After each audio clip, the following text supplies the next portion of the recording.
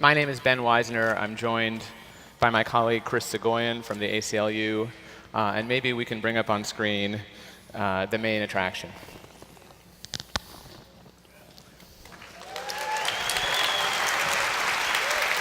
Are we going to see it? All right. With his very clever green screen. Please bear with us today. The technology may have some kinks. The video may be a little bit choppy. Our friend is appearing through 7 proxies. So if the video is a little slow,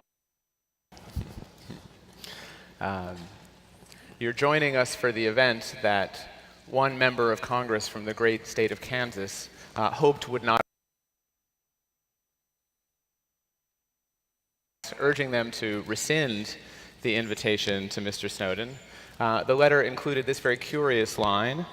The ACLU would surely concede that freedom of expression for Mr. Snowden has declined since he departed American soil.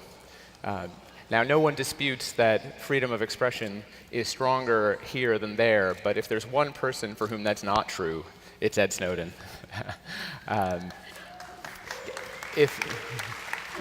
If he were here in the United States, he would be in a solitary cell, subject probably to special administrative measures that would prevent him from being able to communicate to the public and participate in the historic debate that he helped launch. So we're really delighted to be here. One more bit of housekeeping.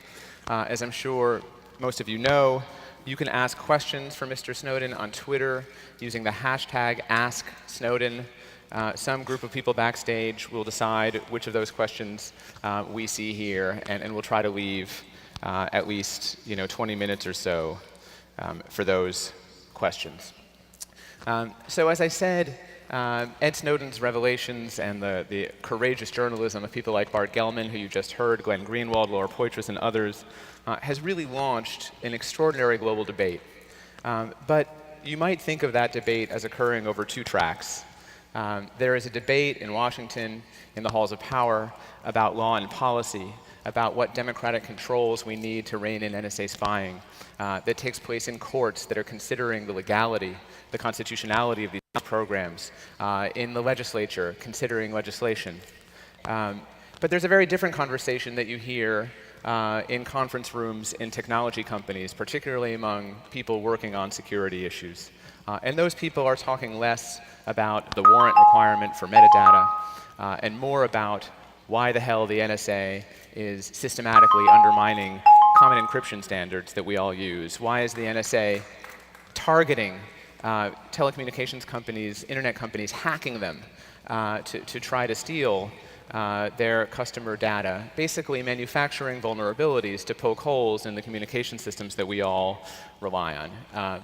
We're hoping to mostly focus on that latter conversation here.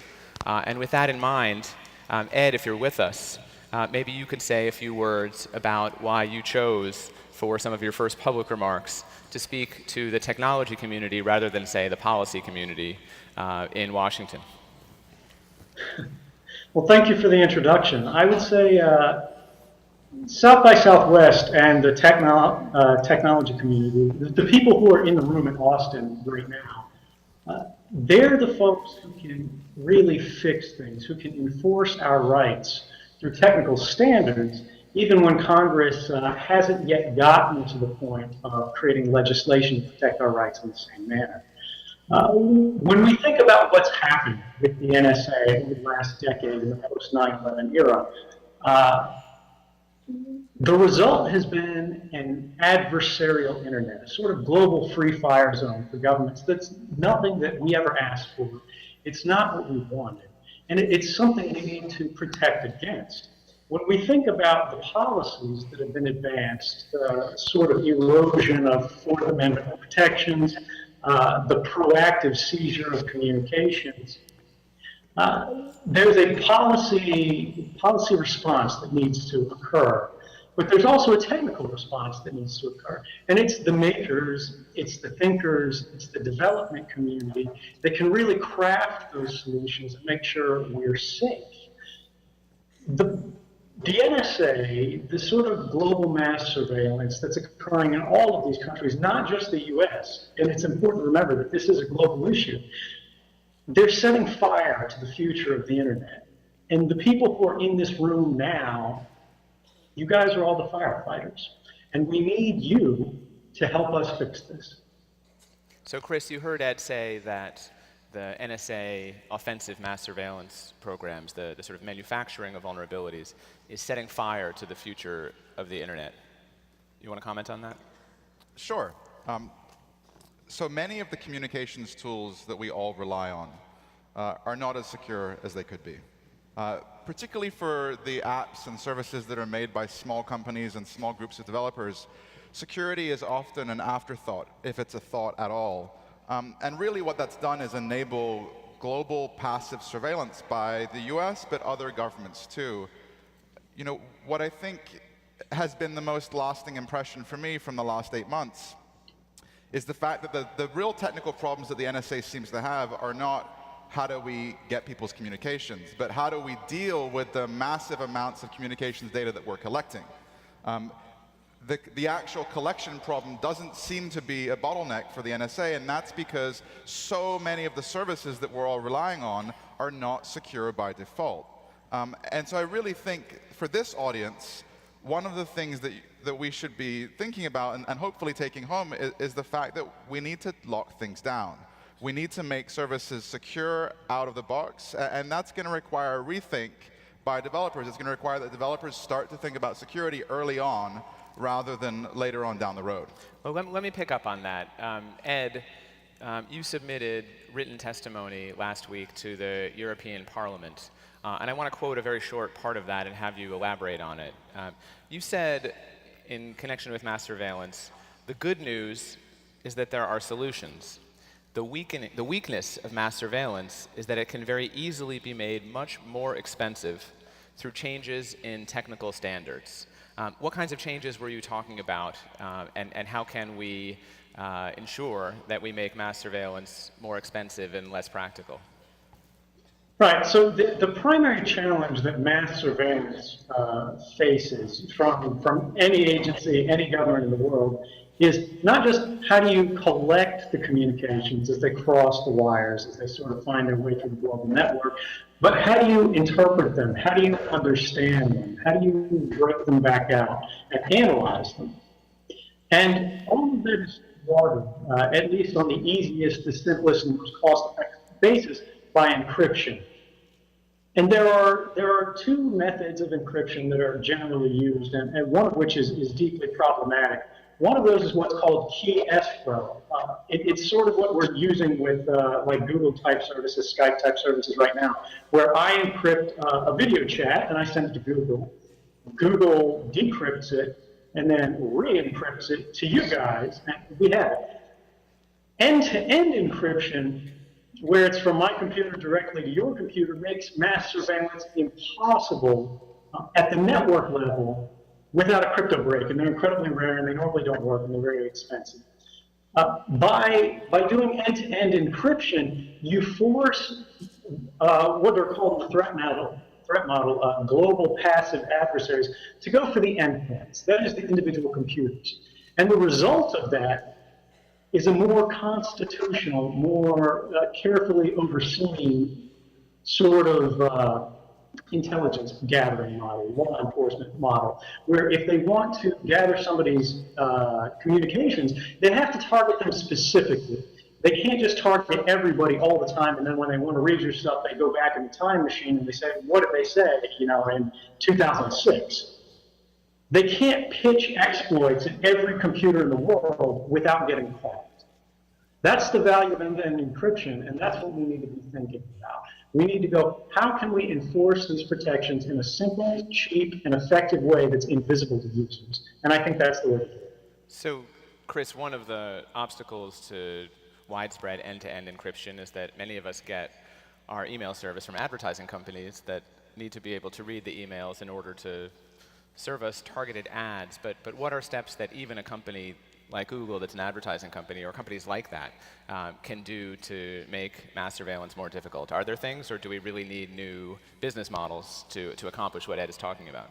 I mean, in the last 8 months, the big Silicon Valley technology companies have really improved their security in a way that was surprising to many of us who have been urging them for years to do so. It really took Yahoo. Yahoo was kicking and screaming the whole way, but they finally turned on SSL encryption in January of this year after Bart Gellman and Ashkan Soltani shamed them on the front page of the Washington Post.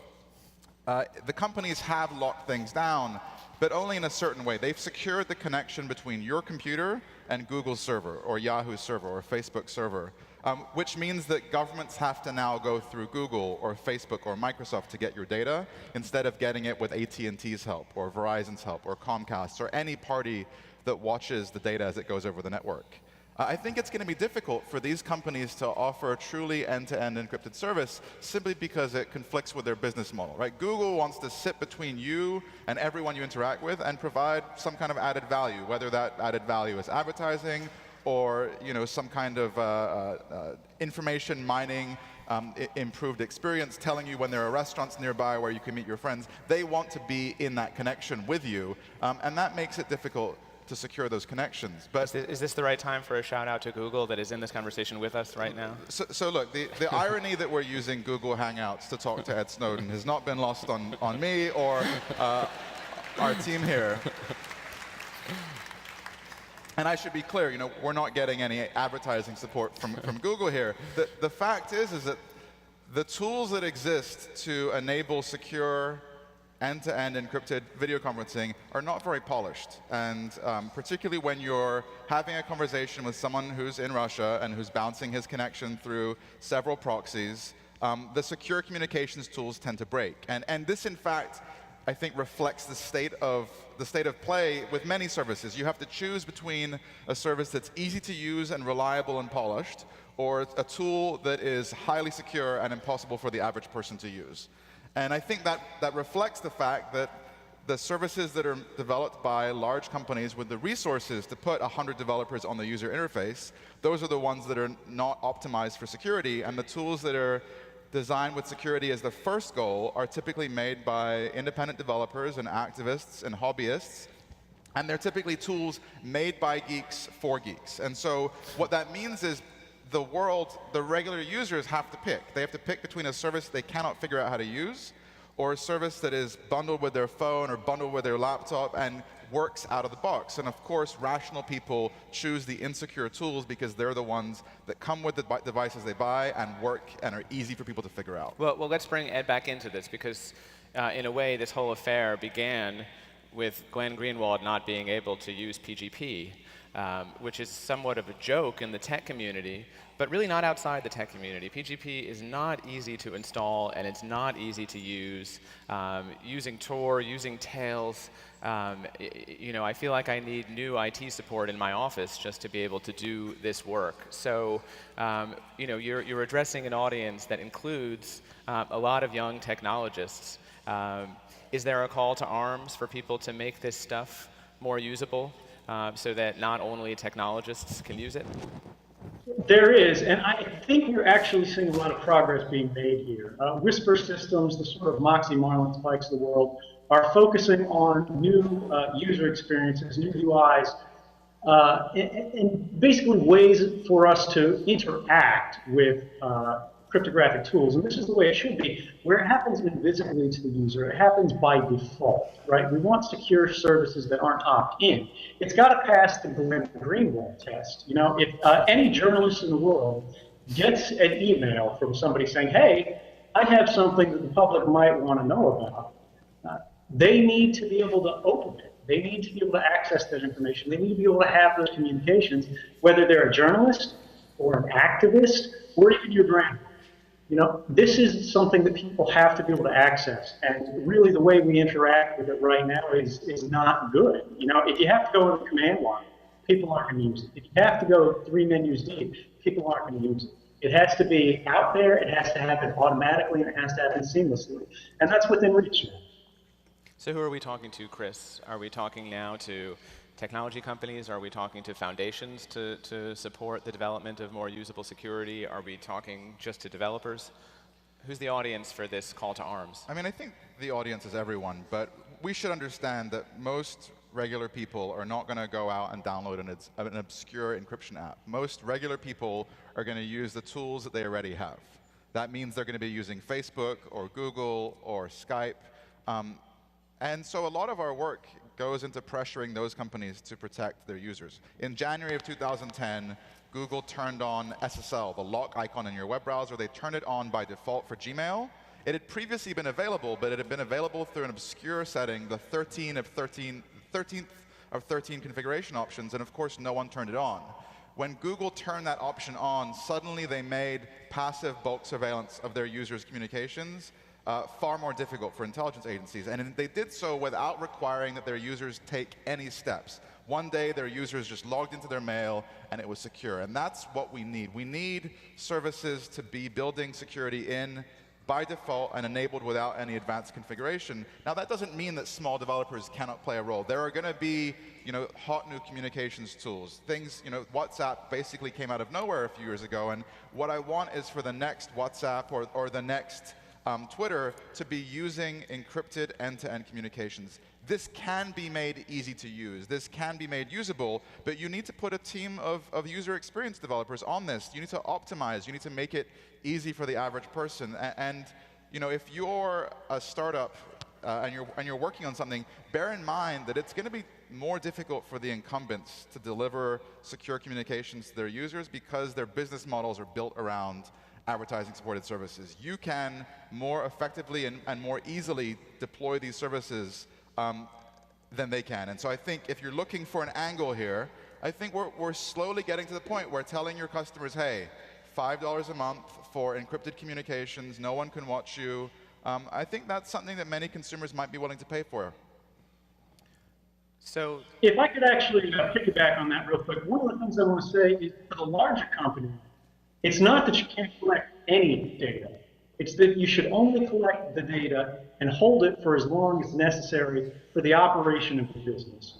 Recently, EC Council, one of the security certification providers, was hacked, and they actually stole my passport, a copy of my passport and my registration forms, and posted them to the internet when they defaced the site. Now, I submitted those forms back in 2010.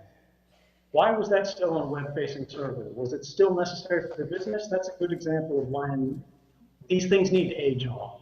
And whether you're Google or Facebook, you can do these things in a responsible way where you can still get the value out of these that you need to run your business free or ad support manner without putting your users in risk.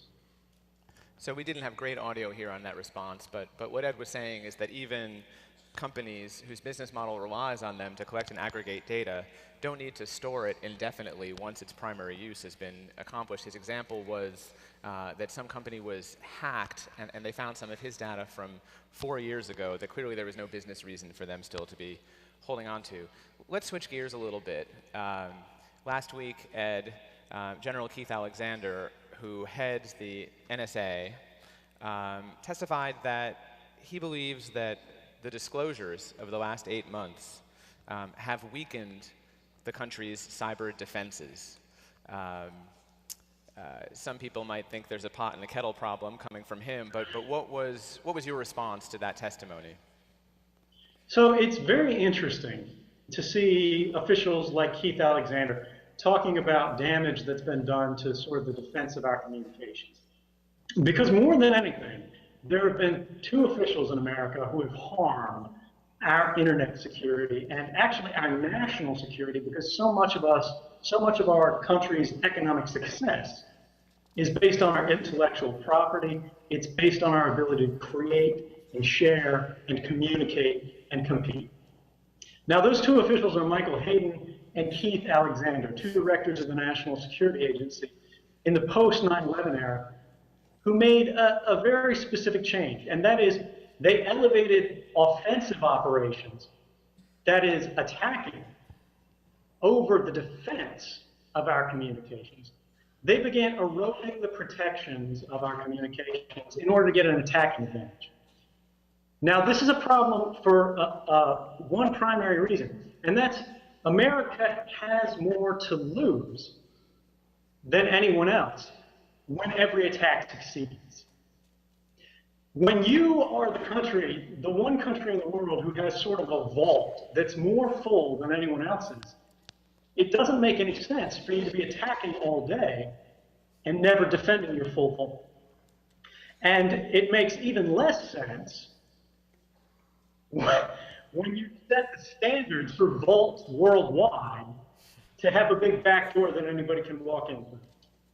And that's what we're running into today. So when he says, you know, these things have weakened national security, no, these are improving our national security. These are improving the communications, not just of Americans, but everyone in the world, because we rely on the same standards. We rely on the ability to trust our communications. And without that, we don't have anything. Our economy cannot succeed. So Chris, Richard Clark testified a few weeks back that it's more important for us to be able to defend ourselves against attacks from China than to be able to attack China using our cyber tools. I don't think everybody understands that there's any tension whatsoever between those two goals. Why are they in opposition to each other? As a country, we have public officials testifying in Washington saying that cybersecurity is the greatest threat this country now faces, greater than terrorism. We've had both the director of the FBI and the director of national intelligence say this in testimony to Congress. And I think it's probably true that we do in fact face some kind of a cybersecurity threat. I think that our systems are not as safe as they could be, and we are all vulnerable to compromise in one way or another. But what should be clear is that this government isn't really doing anything to keep us secure and safe. This is a government that has prioritized for offense rather than defense. You know, if there were a 100% increase in murders in Baltimore next year, the chief of police of Baltimore would be fired. If there is a 100% increase in phishing attacks, successful phishing attacks where people's credit card numbers get stolen, no one gets fired. As a country, we have basically been left to ourselves. Every individual person is left to defend themselves online, and the government has been hoarding information about information security vulnerabilities. In some cases, you know, there was a disclosure in the New York Times, or a report in the New York Times last fall, revealing that NSA has been partnering with US technology companies to intentionally weaken the security of the software that we all use and rely on. And so the government has really been prioritizing its efforts on information collection. And there is this fundamental conflict. There's a tension, which is that a system that is secure is difficult to surveil, and a system that is designed to be surveilled is a target waiting to be attacked. And our networks have been designed with surveillance in mind. We need to prioritize cybersecurity, and that's going to mean making surveillance more difficult. And of course, the NSA and their partners in the intelligence world are not crazy about us going down that path. So Ed, if the NSA is willing to take these steps that actually weaken security, that spread vulnerabilities, that make it, in some sense, easier not just for us to do surveillance, but for others to attack, they must think there's an awfully good reason for doing that. That there are bulk collection programs that these activities facilitate, the collect-it-all mentality, that it really works. That this is a very, very effective surveillance method in keeping us safe. So, you know, you sat on the inside of these systems for longer than people realize. Do these mass surveillance programs do what our intelligence officials promised to Congress that they do? Are they effective? They're not. That's actually something that I'm a little bit sympathetic to, because we've got to turn back the clock a little bit and remember that they thought this was a great idea, but no one had ever done it before, at least publicly. So they went, hey, we can spy on everybody in the world all at once. It'll be great. We'll know everything. But the reality is, when they did it, they found out it didn't work. But it was such a good story. It was so successful in securing funding. It was so great at getting new billets. It was so great at winning new contracts that nobody wanted to say no. But the reality is now, we've reached a point where the majority of Americans' telephone communications are being recorded. We've got all this metadata that's being stored for years and years and years. But 2 independent White House investigations have found it has no value at all. It's never helped us. Beyond that, we've got to think about, what are we doing with those resources? What are we getting out of it? And as I said in my European Parliament testimony, We've actually had tremendous intelligence failures because we're monitoring the internet. We're monitoring, everybody's communications instead of suspects' communications. And that lack of focus has caused us to miss leads that we should have had. Tamerlan Tsarnaev of the Boston bombers. The Russians had warned us about it, but we did a very poor FBI investigation. We simply didn't have the resources. We had people looking at other things. And if we hadn't spent so much on mass surveillance, if we followed the traditional models, we might have caught that.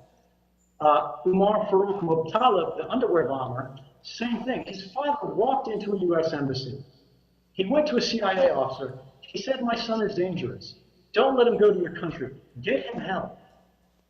We didn't follow up. We didn't actually investigate this guy. We didn't dedicate a team to figure out what was going on because we spent all of this money. We spent all of this time hacking into Google and Facebook's backends to look at their database, their data center communications.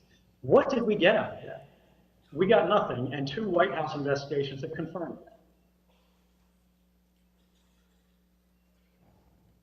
Chris, if, as Ed says, these bulk collection programs are not all that effective, that the resources that go into this would be better directed at targeted surveillance, why are they dangerous?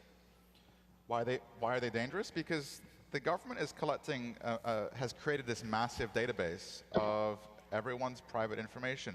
In an NSA building, somewhere probably in Maryland, there's a record of everyone who's called an abortion clinic, everyone who's called an Alcoholics Anonymous hotline, everyone who's called a gay bookstore. And they tell us, don't worry, we're not looking at it, or we're not looking at it in that way, we're not doing those kinds of searches.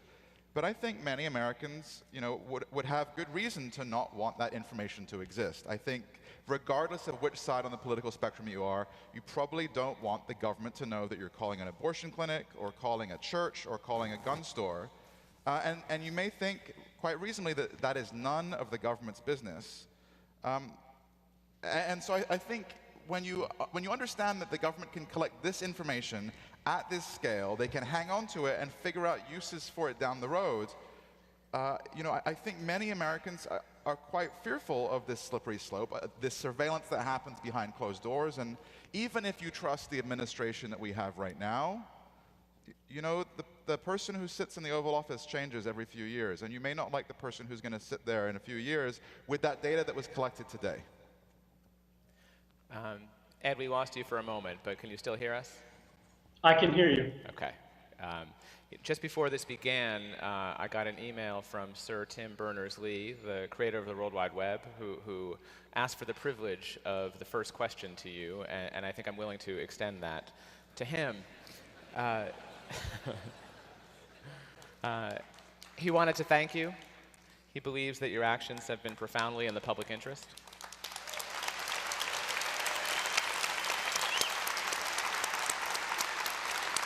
Thank you. That was applause if you couldn't hear it. And he asks if you could design from scratch an accountability system for governance over national security agencies. What would you do? It's clear that intelligence agencies are going to be using the internet to collect information from all of us. Is there any way that we can make oversight more accountable and improved? That's a really interesting question. It's also a very difficult question. Oversight models, audit models, these are things that are very complex. They've got a lot of moving parts. And when you add in secrecy, when you add in public oversight, it gets complex. We've got a good starting point, and that's what we have to remember. We have an oversight model that could work. The problem is when the overseers aren't interested in oversight, when we've got Senate Intelligence Committees, House Intelligence Committees that are cheerleading for the NSA instead of holding them to account.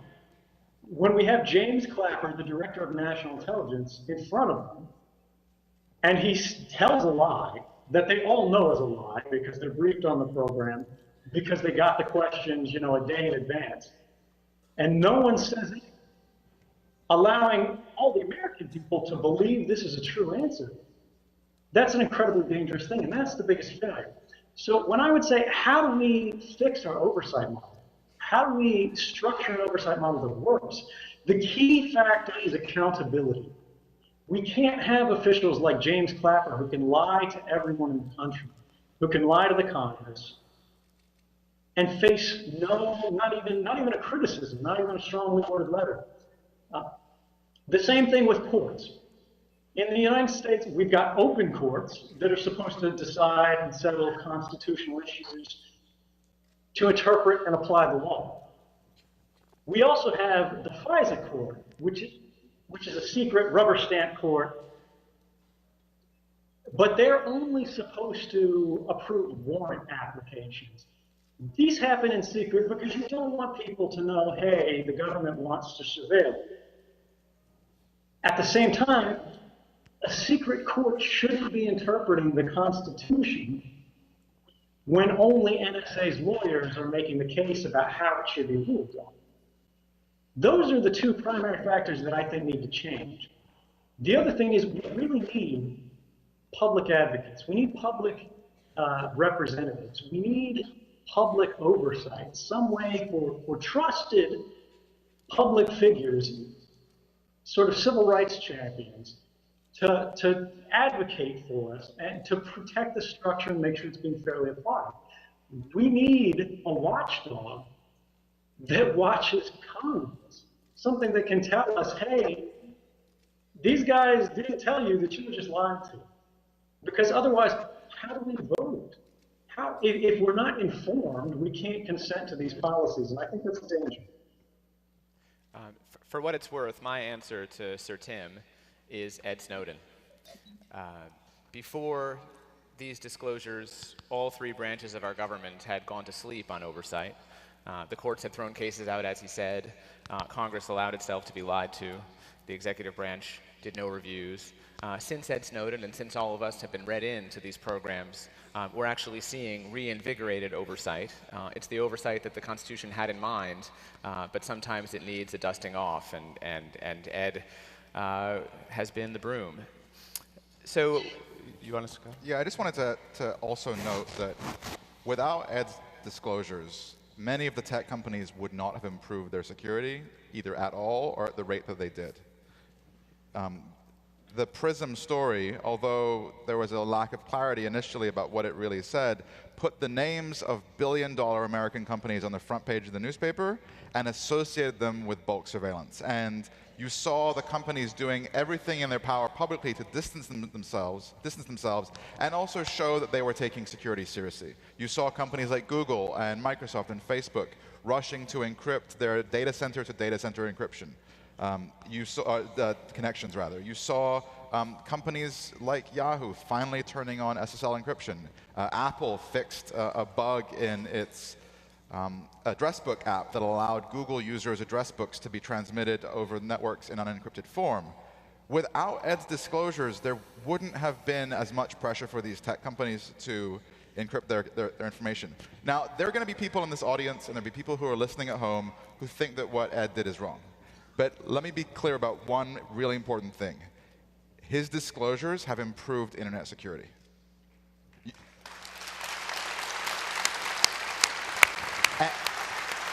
And the security improvements we've gotten haven't just protected us from bulk government surveillance. They've protected us from hackers at Starbucks who are monitoring our Wi-Fi connections. They've protected us from stalkers and identity thieves and common criminals.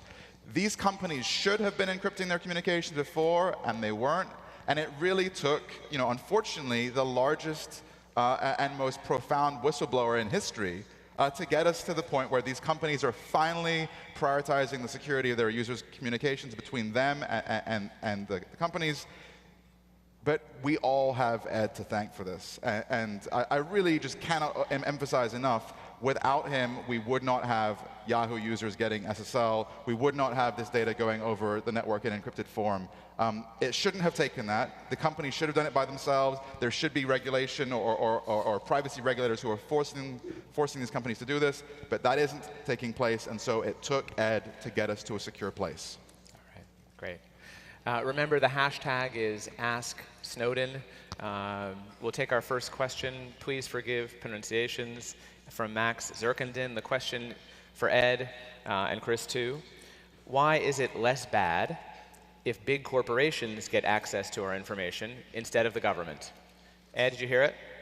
Yes, I did. So this is something that's actually been debated, and we see people's opinions, people's sort of responses to this evolving, which is good. This is really why we need to have these conversations, because we don't know. Right now, my thinking, and I believe the majority's thinking, is that the government has the ability to deprive you of rights. Governments around the world, whether it's the United States government, whether it's the Yemeni government, whether it's Zaire, any country, they have police powers, they have military powers, they have intelligence powers. They can literally kill you, they can jail you, they can surveil you. Companies can surveil you to sell your products, to sell your information to other companies, and that could be bad, but you have legal recourse. First off, it's typically a voluntary contract. Secondly, you've got court challenges you use. If you challenge the government about these things, and the ACLU itself actually has challenged some of these cases, the government throws it out on state secrecy and says, you can't even ask about this. The courts aren't allowed to tell us whether this is legal or not, because we're just going to do it anyway. That's the difference, and it's something we need to watch out for. Chris, do you want to address it? Should we take the next question? Sure. Just quickly. I mean, I'm not crazy about the amount of data that Google and Facebook collect. Of course, everything they get, the government can come and ask for too. So there's the collection that the government is doing by itself, and then there's the data that they can go to Google and Facebook and force them to hand over. But we should remember that the web browser that you're likely using, the most popular browser right now is Chrome. The most popular mobile operating system is now Android. Many of the tools that we're using, whether web browsers or operating systems or apps, are made by advertising companies. And it's not a coincidence that Chrome is probably a less privacy-preserving browser. It's tweaked to allow data collection by third parties. The Android operating system is designed to facilitate disclosure of data to third parties. And so even if you're OK with the data that the companies are collecting, we should also note that the tools that we use to browse the web and the tools that ultimately will either permit our data to be shared or prevent it from being shared are made by advertising companies. And this makes the NSA's job a lot easier. If the web browsers we were using were locked down by default, the NSA would have a much tougher time. But advertising companies are not going to give us tools that are privacy preserving by default. Let's take another question from Jody Serrano to Snowden from Spain. Do you think the US surveillance systems might encourage other countries to do the same? Yes, this is actually one of the primary dangers, not just of sort of the NSA's activities, but of not addressing and resolving these issues. It's important to remember that Americans benefit profoundly from this because, again, as we discussed, we've got the most to lose from being hacked. At the same time, every citizen in every country has something to lose. We all are at risk of unfair, unjustified, unwarranted interference in our private lives. Throughout history, we've seen governments sort of repeat the trend where it increases and it gets to a point where they cross the line. If we don't resolve these issues, if we allow the NSA to continue unrestrained, every other government, the international community, will accept that as sort of the green light to do the same. And that's not what we want. I mean, I think there's a difference between surveillance performed by the NSA and surveillance performed by most other governments. And it's not really a legal one, it's more of a technical one, and that is the whole world sends their data to the United States. Americans are not sending their email to Spain. Americans are not sending their photographs to France. And so this means that the US, because of Silicon Valley, because of the density of tech companies in this country, the US enjoys an unparalleled intelligence advantage that every other government just doesn't have. And if we want the rest of the world to keep using US tech companies, if we want the rest of the world to keep trusting their data to the United States, then we need to respect them. We need to respect their privacy in the way that we protect the privacy of Americans right now. And I think the revelations of the past 8 months have given many people in other countries a very reasonable reason to question whether they should be trusting their data to United States companies. And I think we can get that trust back through legal changes, but I think tech companies can also do a lot to earn that trust back by employing encryption and other privacy protecting technologies. The best way to get your users' trust is to be able to say, when the government comes to you, sorry, we don't have the data, or sorry, we don't have the data that's going to be in a form that will be of any use to you. That's how you win back the trust of people in Brazil and in Germany and people around the world. So let me just cut in with a question here, because I do think that a certain degree of perhaps hopelessness may have crept in to the global public with this just constant barrage of stories about the NSA's capabilities, the GCHQ's capabilities and their activities, all the ways that they're able to get around defenses. But I hear, Chris, you and Ed both coming back to encryption again and again as something that still works. So maybe we could just take a moment, Ed, after the discussions that we've had about how NSA has worked to weaken encryption. Should people still be confident that the basic encryption that we use protects us from surveillance, or at least mass surveillance? Right. The bottom line, and I've repeated this again and again, is that encryption does work. We need to think about encryption not as this sort of arcane black art, but sort of a basic protection. It's the defense against the dark arts for the digital realm. And this is something we all need to be not only implementing, but actively researching, improving on the academic level. Sort of the grad students of today and tomorrow need to keep today's threat model in mind to inform tomorrow's. We need all those brilliant Belgian cryptographers to go, all right, we know that these encryption algorithms we're using today work. Typically, it's the random number generators that are attacked as opposed to the encryption algorithms themselves. How can we make them improvable? How can we test them? And this is a hard problem. It's not going to go away tomorrow, but it's the steps that we take today. It's the moral commitment, the philosophical commitment, the commercial commitment to protect and enforce our liberties through technical standards that's going to take us through to tomorrow and allow us to reclaim the open and trusted internet. Chris, very briefly, you hang out with cryptographers. They're not happy campers these days. No. Of all the stories that have come out, the one that has really had the biggest impact in the security community is the story, is the news that the NSA has subverted the design of cryptographic and random number generator algorithms. I think it's fair to say that there is a group within the cryptographic community now who have become radicalized as a result of these disclosures, and cryptographers actually can be radicals. They're not just mild-mannered people. We should remember that regular consumers do not pick their own encryption algorithms. Regular consumers just use the services that are provided to them. The people who pick the crypto, who pick the particular algorithms, who pick the key sizes, they are the security engineers at Google and Facebook and Microsoft, and the cryptographers who are working with open source projects. And those people are all really pissed. And I think that's good. Those people should be mad, and those people can make a difference. And the fact that these disclosures have so angered the security community, I think, is a really good sign, because ultimately the tools that come out in 6 months or a year or 2 years are going to be far more secure than they were before, and that's because that part of the tech community feel like they were lied to. So let's take a couple more questions from Twitter. Melissa Nixick, I hope. What steps do you suggest the average person take now to ensure a more secure digital experience? Is there anything that we can do at the individual level to confront the issues of mass surveillance that we're talking about today? Ed, it's okay if the answer is no.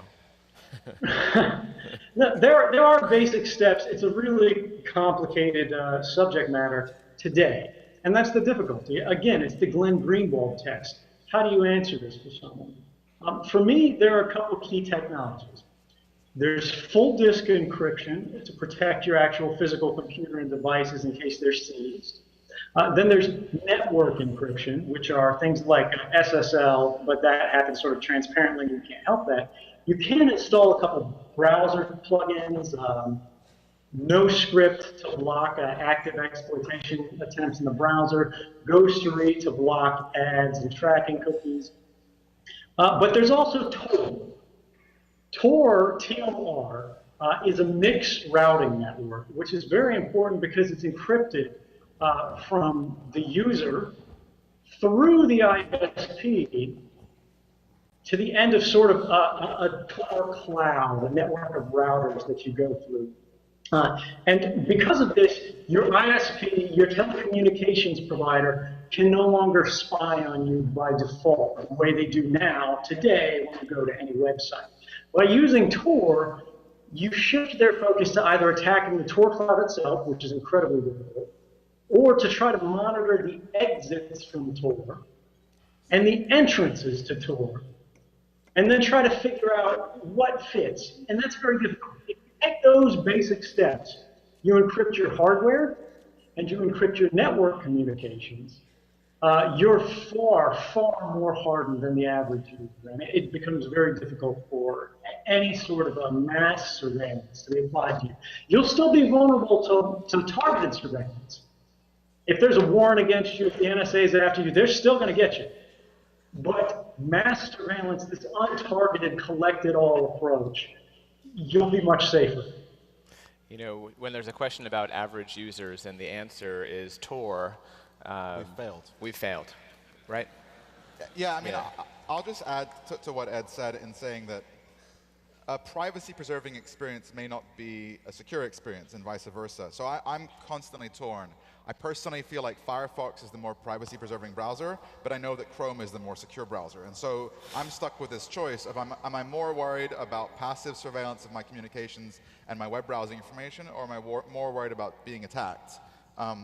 You know, and I go back and forth on those. I think until we have a browser or a piece of software that optimizes for both privacy and security, I think users are going to be sort of stuck with two bad choices. I'll just note that in addition to what Ed said, I mean, I really think that consumers need to rethink their relationship with many of the companies to whom they entrust their private data. And I really think what this comes down to is if you're getting the service for free, the company isn't going to be optimizing the experience with your best interest in mind. I'm not going to say, you know, if you're not paying for the product, you are the product, because we pay for our telephone call, we pay for our wireless service, and those companies still treat us like crap. But you know, if you want a secure online backup service, you're going to have to pay for it. If you want a secure voice or video communications product, you're going to have to pay for it. And that doesn't mean you have to pay thousands of dollars a year, but you need to pay something so that that company has a sustainable business model that doesn't revolve around collecting and monetizing your data. Okay, we have another question about encryption from Sean. Isn't it just a matter of time before NSA can decrypt even the best encryption?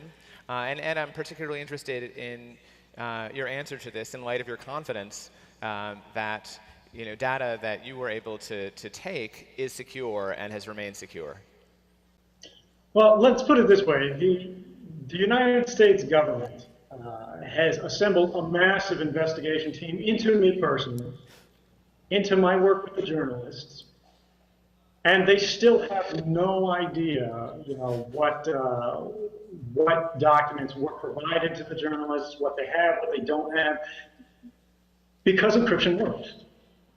Now, the only way to get around that, even over time, is either have a computer that's so massive and so powerful you convert the entire universe into the energy powering sort of this crypto breaking machine, and it still might not have enough to do it. Or you can break into the computers and try to steal the keys and bypass that encryption. And that happens today. That happens every day, and that's the way around it. Now, there are still ways to protect encrypted data that no one can break. And that's by making sure the keys are never exposed. If the key itself cannot be observed, the key can't be stolen, it can't be captured, the encryption can't be gotten out. And any cryptographer, any mathematician in the world will tell you that the math is sound. The only way to get through encryption on a targeted basis, particularly when you start layering encryption, you're not using one algorithm, you're using every algorithm, you're using key splitting, you're using all kinds of sort of sophisticated techniques to make sure no one person, no single point of failure exists. There's no way in, there's no way around it. And that's going to continue to be the case, I think, until our understanding of mathematics and physics changes on a fundamental level. I mean, I'll just add And that, actually, if I could follow up on that, I would say the U.S. government's investigation actually supports that. We've had both public and private acknowledgments that they know at this point neither the Russian government nor the Chinese government nor any other government has possession of any of this information, and that would be easy for them to find out. Remember, these are the guys who are spying on everybody in the world. They've got human intelligence assets embedded in these governments. They've got electronic signals assets in these governments. If suddenly the Chinese government knew everything the NSA was doing, we would notice the changes. We would notice the chatter, we'd see officials communicating, and our assets would tell us, hey, suddenly they got a warehouse, they put 1,000 of their most skilled researchers in there. That's never happened, and it's never going to happen. I'll just add that I think Ed's right. If the government really wants to get into your computer, if they want to figure out what you're saying and who you're saying it to, they will find a way, but that won't involve breaking the encryption. That'll involve hacking into your device. Whether your phone or your laptop, they'll take advantage of either vulnerabilities that haven't been patched or vulnerabilities that no one knows about. But hacking technologies don't scale. If you are a target of the NSA, it's going to be game over no matter what. Unless you are taking really, really sophisticated steps to protect yourself. But for most people, that'll be beyond their reach. But encryption makes bulk surveillance too expensive. And really the goal here isn't to blind the NSA. The goal isn't to stop the government from going after legitimate surveillance targets. The goal here is to make it so that they cannot spy on innocent people because they can. Right now, so many of our communications, our telephone calls, our emails, our text messages, our instant messages are just there for the taking. And if we start using encrypted communication services, suddenly it becomes too expensive for the NSA to spy on everyone. Suddenly they'll need to actually have a good reason to dedicate those resources to either try and break the encryption or to try and hack into your device. And so encryption technology, even if imperfect, has the potential to raise the cost of surveillance to the point that it no longer becomes economically feasible for the government to spy on everyone. Can we get another question on the screen from Twitter?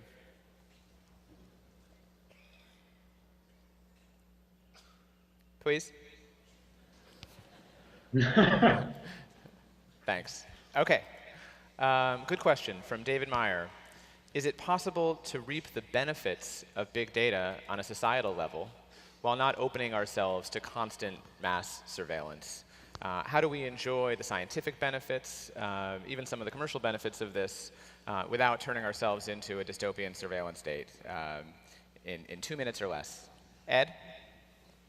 This is a really difficult question. There are a lot of advancements in things like encrypted search that would make it possible for the data to be in an unreadable format until court provides a warrant or something. But in general, it's a difficult problem. The bottom line is data should not be collected without people's knowledge and consent. If data is being clandestinely acquired and the public doesn't have any way to review it, and it's not legislatively authorized, it's not reviewed by courts, it's not consonant with our Constitution, that's a problem. So if we want to use that, it needs to be the result of a public debate which people's voice has been. Chris, you want to take on that question? No. We have another question that is about everyday users. Maybe you can give us another one because I think we've answered this one. Friends backstage? Okay. From Tim Shorrock. Wasn't NSA mass surveillance the solution? Chris, can you read that? Wasn't NSA's mass surveillance the solution to the internet driven by privatization and handling over our signals intelligence analysis to SCIC, Booz Allen. So Tim's basically saying, you know, isn't this a result of letting contractors in to run the show?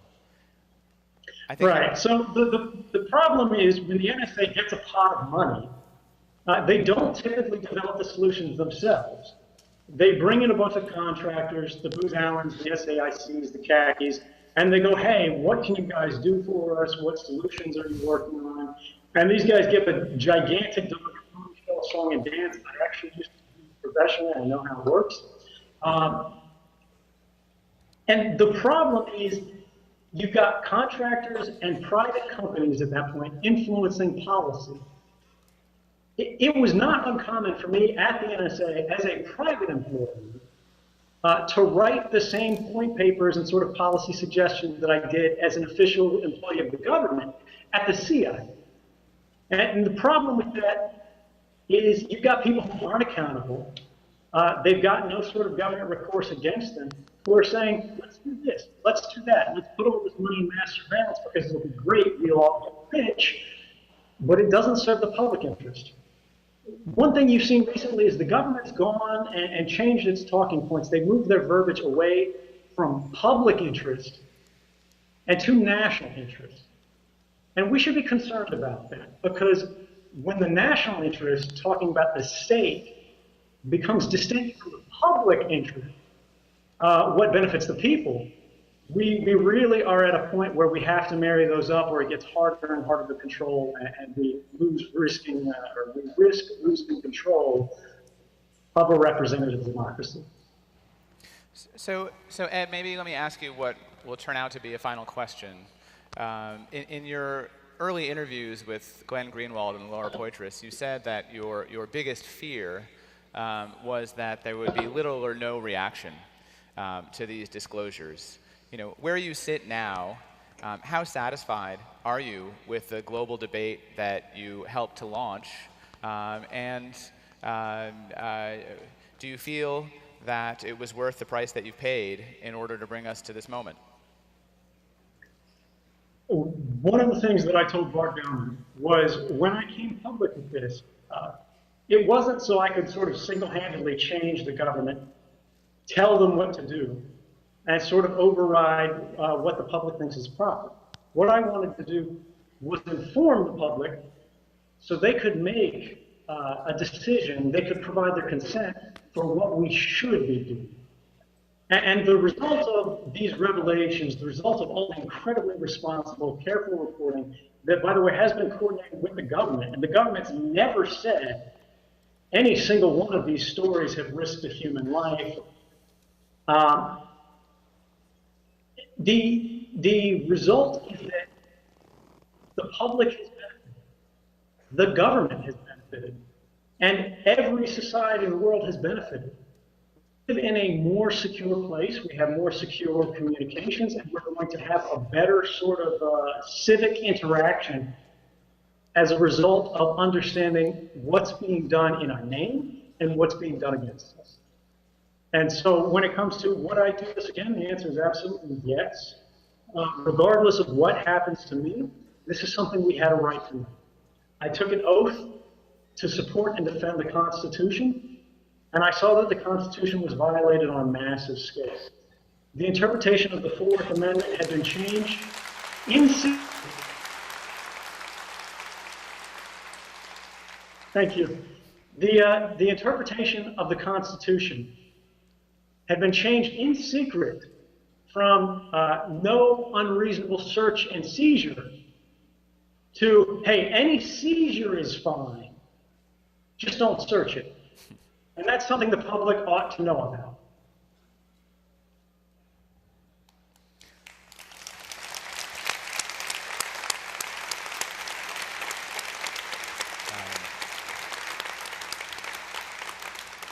You can see behind Ed is a green screen of, is that Article 1 of the Constitution? That's correct. We the people. There's another organization here that is also interested in the Constitution. I'd be remiss if I didn't say to all of you that the ACLU has a table It's table 1144. I promise that it will not be all about surveillance. There will also be marijuana. So please come and say hi to us. If you're not members of the ACLU, it's cheap to sign up. We have ACLU whistles. We have T-shirts that you can get with membership. You can talk to me and Chris a little bit more about the work that we're doing and our other ACLU colleagues. And with that, I'd really like all of us to thank Ed Snowden for choosing this venue for this kind of conversation. Thank you all very much. Thank you, Austin.